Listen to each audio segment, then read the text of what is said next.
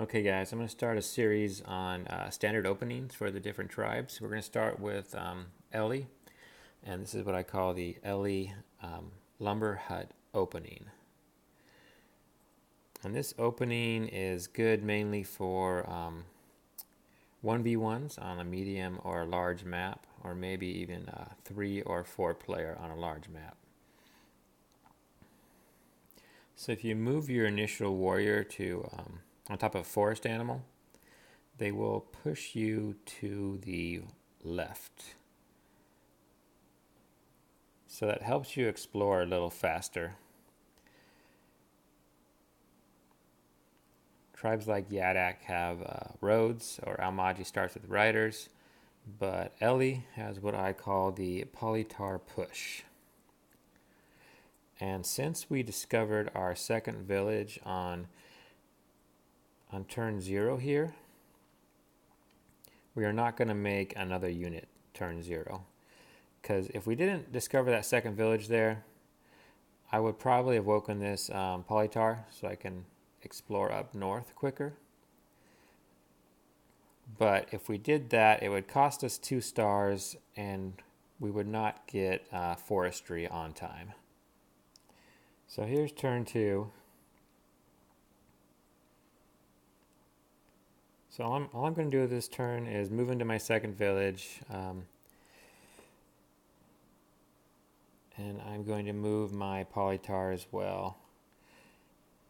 So since my Polytar is closer to the left, I'm going to continue moving him to the left side. There's obviously more villages up there. Or I should say over there on the left. So we already found our third village.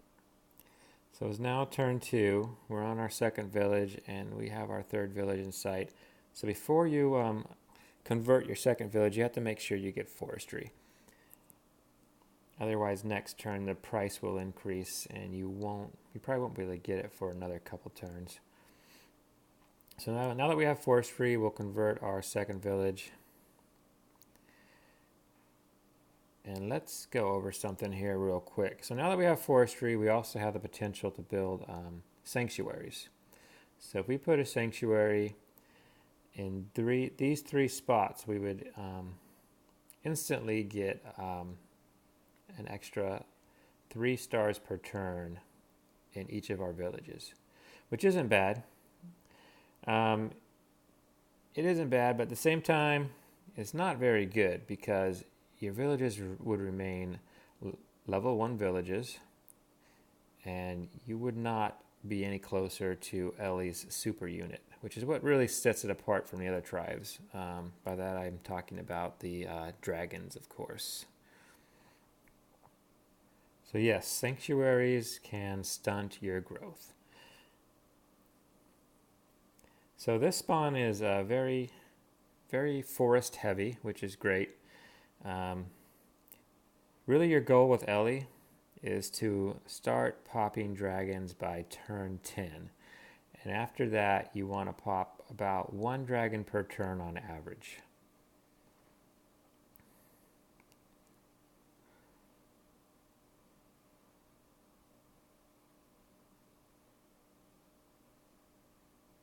So now we're on turn 4. But yes, say you didn't have, you weren't lucky with this many forests. You could still see how I'm waking that Polytar there because the goal here is just to explore as fast as possible. We only really need 3 units to do that on this map though. So we pretty much made all the units, the initial units we're going to make for the purpose of converting villages. But yeah, say you didn't have all these forests.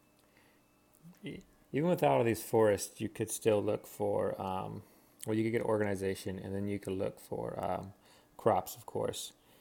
But even if you didn't have a lot of crops or a lot of forests, your other option would be to go ahead and expand as fast as possible, and then go for roads.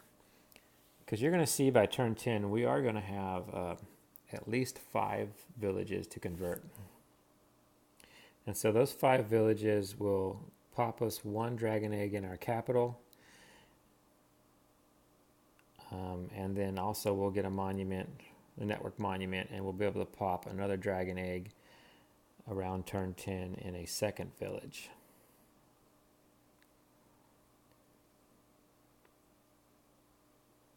So now we got math.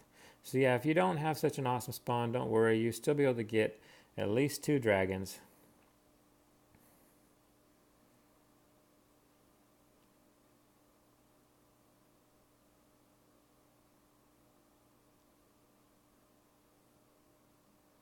So using lumber huts will upgrade our capital and second village, and even our third village here. I think I'm counting them wrong. I think that was our second village we upgraded last there. So now it's turn 8. Of course I'm going to step on that ruin, because if I get an explorer from there, it's going to be useless, because there's obviously water up there to the north. And I clicked on that dragon egg and I saw it still had 1 turn before it becomes a baby dragon, which is important because dragon eggs can open ruins, but baby dragons cannot. So if I moved it to that ruin and at the end of this turn it became a baby dragon, it would have been a waste. So yeah, before I convert those villages, of course I'm going to get tech while the cost is cheaper. And I'm going to look and see how many crops are here.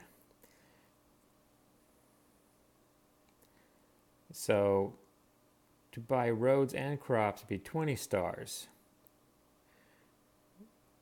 which I don't have this turn. So now it's turn 9. I skipped converting those 2 villages just to keep my tech costs low, because I want to, so I want to buy 2 techs at the same time, which may be a bad choice. I'm not sure, but that's why I did not convert my 2 villages last turn, because it would have increased tech costs by 4 stars, and I wanted to buy 2 techs, so that would have been a total tech cost increase of 8 stars. So I bought what was that, farming, and then I opened that ruin. I was hoping that ruin was going to give me the tech so I didn't have to buy it, either roads or construction would have been cool too. But yeah, turn 9, we've now got our 5 villages. So if we didn't buy farming, we could have connected all these villages with roads and still popped the dragon.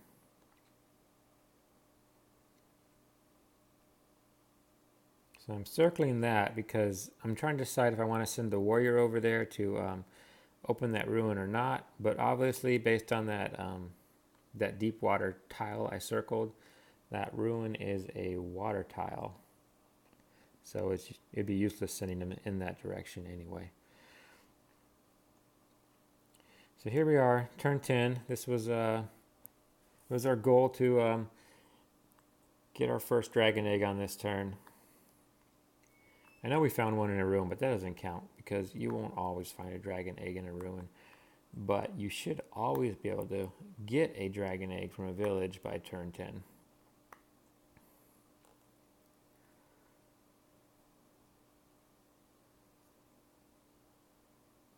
And I don't know why I'm even looking. I'm trying to look around this thing that's giving me the choice between population growth and border growth.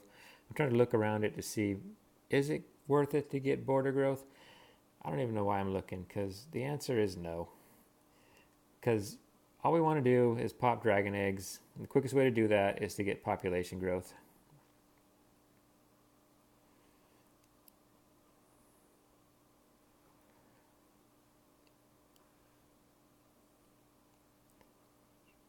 So yeah, our goal as far as the level we get our cities to is going to be level 5.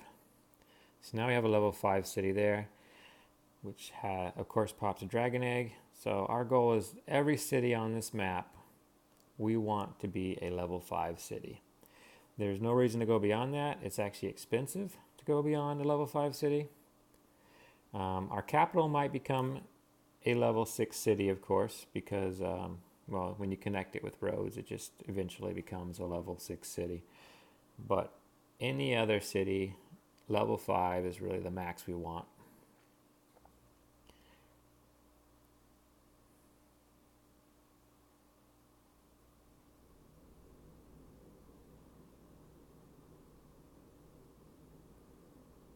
So I went ahead and used my monument just to get the extra 2 stars per turn earlier. Here we are, turn 11. We've already popped 2 dragon eggs, and like I said, our goal is to pop 1 dragon egg per turn on average past turn 10. So we're doing pretty well. We've got double our stars per turn are double the turn number, which isn't bad. I'll tell you, it's even better for Ellie than it is for most tribes. Because I mean, if your goal is to get dragons, they're not expensive. I mean, what's the goal with other tribes? Get what, giant battleships? So those are expensive because you got to upgrade to a battleship. But for Ellie, yeah, not being too far ahead in your eco or your stars per turn is not a problem. I mean, naturally upgrading all your villages to a level 5 city, that, I mean, you're pretty much gonna have a good eco just doing that. You don't have to try to look and go to custom houses or sanctuaries or any of that kind of stuff. Just naturally upgrade your villages, trying to get dragon eggs, and you're going to have a good amount of stars per turn.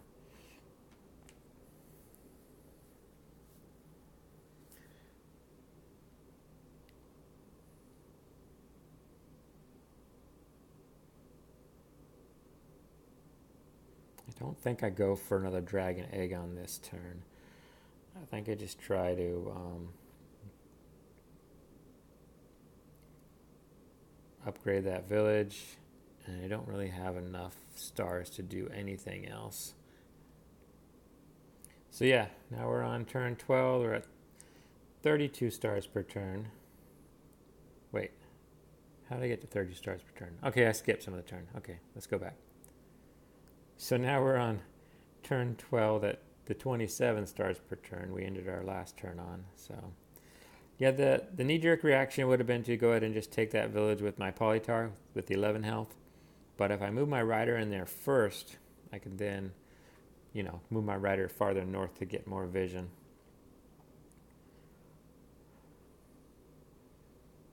But I think I made a mistake here. I think I put my rider right next to that Mooney. And then I put my Polytar in that village. So next turn, that Mooney is going to freeze both my units. I should have moved that rider up to the far north there on the vertical tile. So I've got 3 dragon eggs that I got by natural means or by villages, and I've got 1 baby dragon I found in a ruin. So of course, again, our goal is to upgrade another village to level 5 and get yet another dragon egg. And I made a mistake here. I mean, if you saw, I put all my units in a line. I mean, I just moved them, but they were all lined up. So if my opponent did have a knight hidden somewhere, he would have just taken out all of my dragon eggs, and my warrior, and even my rider was lined up in that line. The rider I moved up north. So yeah, not smart. I could have lost the whole game there. I wouldn't have lost, but I mean, I might have resigned just because I would have been so upset if he would have taken my whole dragon egg army out.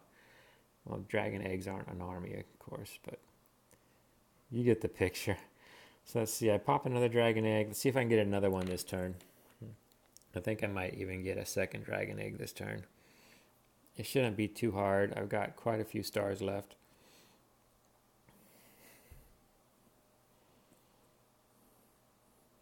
So yeah, imagine if I would have gone Sanctuary. I don't know if I would have had a higher income. I wouldn't have had level 5 cities. Level 5 cities, I mean, they bring in an income.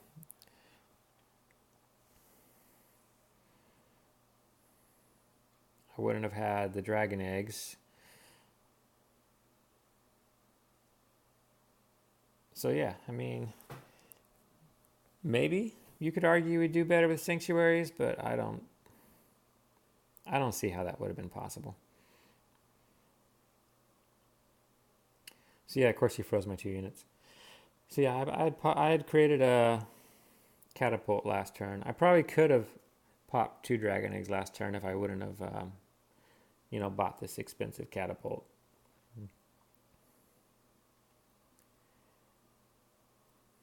But that's all right. It's turn 13. We got 32 stars per turn. I think this video is pretty much over because, I mean, you get the idea. So of course, even if some of our villages don't have that many forests around them, at this point we could get sailing, and we could use ports to make sure we get that 1 dragon egg per turn. So yeah, from here on out, the dragon eggs are gonna become baby dragons, and then so pretty much every turn we're gonna have a new baby dragon hatch, and then every turn after that we're gonna have a new fire dragon grow from a baby dragon.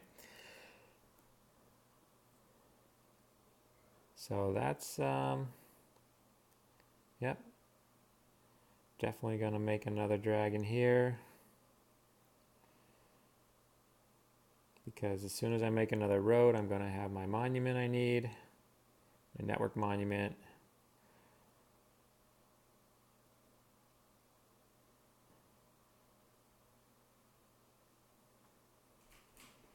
And then I'll be able to pop another dragon egg here. So there you have it. That is the Ellie lumber hut opening.